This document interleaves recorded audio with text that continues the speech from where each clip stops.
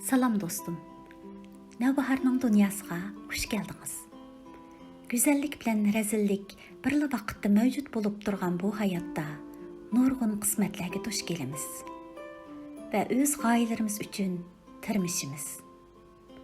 Harg'in hayotdagi tengirqashlarimiz, pushmonlarimiz va mamnunliklarimiz haqida xiyolga petib, bir piyola choyning hamrohligida o'zimiz ustida o'ylangan chig'imizda bu sahifada do'stlar bilan bu xil hayot haqiqatlari va hayotga bo'lgan tushunchalarimiz haqida o'rtoqlashish texmi bir huzurdir. Hazrati Mevlana: insonlarni tonish uchun butun kuchingizni bering, lekin barliq so'ygingizni berib etmang. Bo'lmasa insonlarni tonishga boshlaganingizda bergan so'ygingizga echinib qolasiz, deb aytgan ekan. Almasaqdan beri kishilarni tonish va tushunish eng qiyin ishlarning biri bo'lsa kerak. Lekin ko'p hollarda bir odamni tonib olish uchun bir qancha jihatdan sinab baqsaqlar kifoya. Foyda manfaat oldidagi tanlash.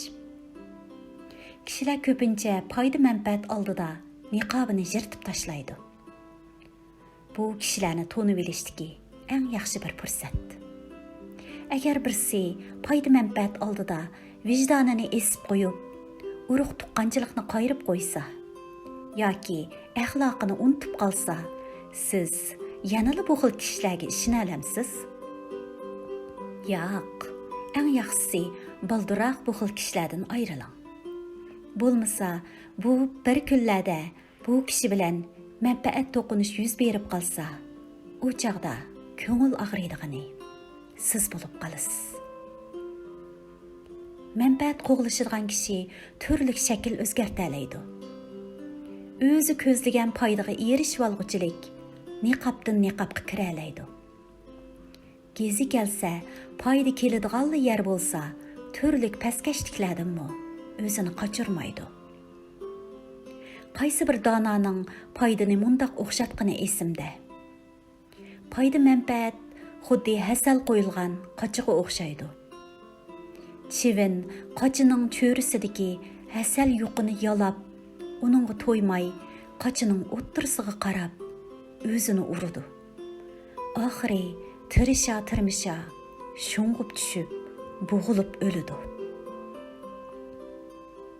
Sizga va boshqalar bo'lgan muomalasiga qarang. Insonlar yaxshi odam va yomon odam deb ayrilmaydi. Lekin insonlarning ichida yaxshilik va yomonlik bo'ladi. Odatda o'zidan yuqorilarga bosh egmaydigan, tuvandagilarga go'daymaydigan bo'lishni esil axloq deb qaraymiz. Agar bir inson teshidagilarga bir xil, o'z oilasi va yaqinlariga yana bir xil muomalada bo'lmay, ota-ona, bola chaqinlari bilanmi adab axloqliq, mas'uliyatchan, tarbiya ko'rgan muomalada bo'la olsa, bu xil insonlar ishonchimizga va qadrlashimizga erisha oladigan kishilardir. Kishilarni tonimoqchi bo'lsangiz, uning o'qigan kitoblariga qarang. Tomga osgan narsalarga qarang va sizning so'zingizni anglash holatiga qarang. Lavzida turolmaslikqa qarash. Agar bir kishi o'ziga bergan va'dasidami turolmay, doim o'zgarib tursa, bundoq odamlarning kishiligidan gumon qilishga to'g'ri keladi.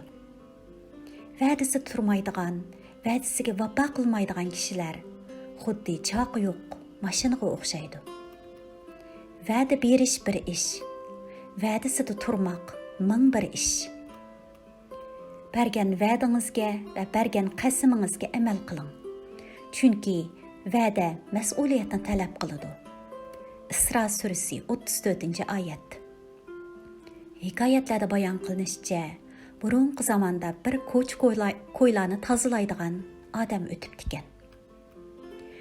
U odam kishilar mehnat qilib atgan ko'chalarni, yo'llarni tozalaydi ekan va bu ishdan bak charchab ketibdi. Bir kuni bu odamning xolisona ishidan ta'sirlangan qog'ilar bu kishiga yordamlashib əxlətlərini terişib bərməkçi bopdu. Onun bədəliga bu kishi qağılarga yeməklik berdigan bo'lib kelishibdi.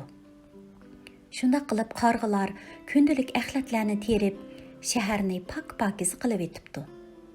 Lekin kunlardan bir kuni bu odam qarg'alarga yeməklik berishdan yenivapti. Shundan e'tiboran qarg'alarmu əxlət terishdan to'xtab, bütün ko'ch-ko'ylarga əxlətlərini chechib etib, mehnat qilib etibdi. Va'dasida turmaganning holi bu, deb tinmay so'zlaydigan bo'lib qapti. Qog'larning qaq-qaq deb qaqaqlashimi shuningdan qolgan ekan.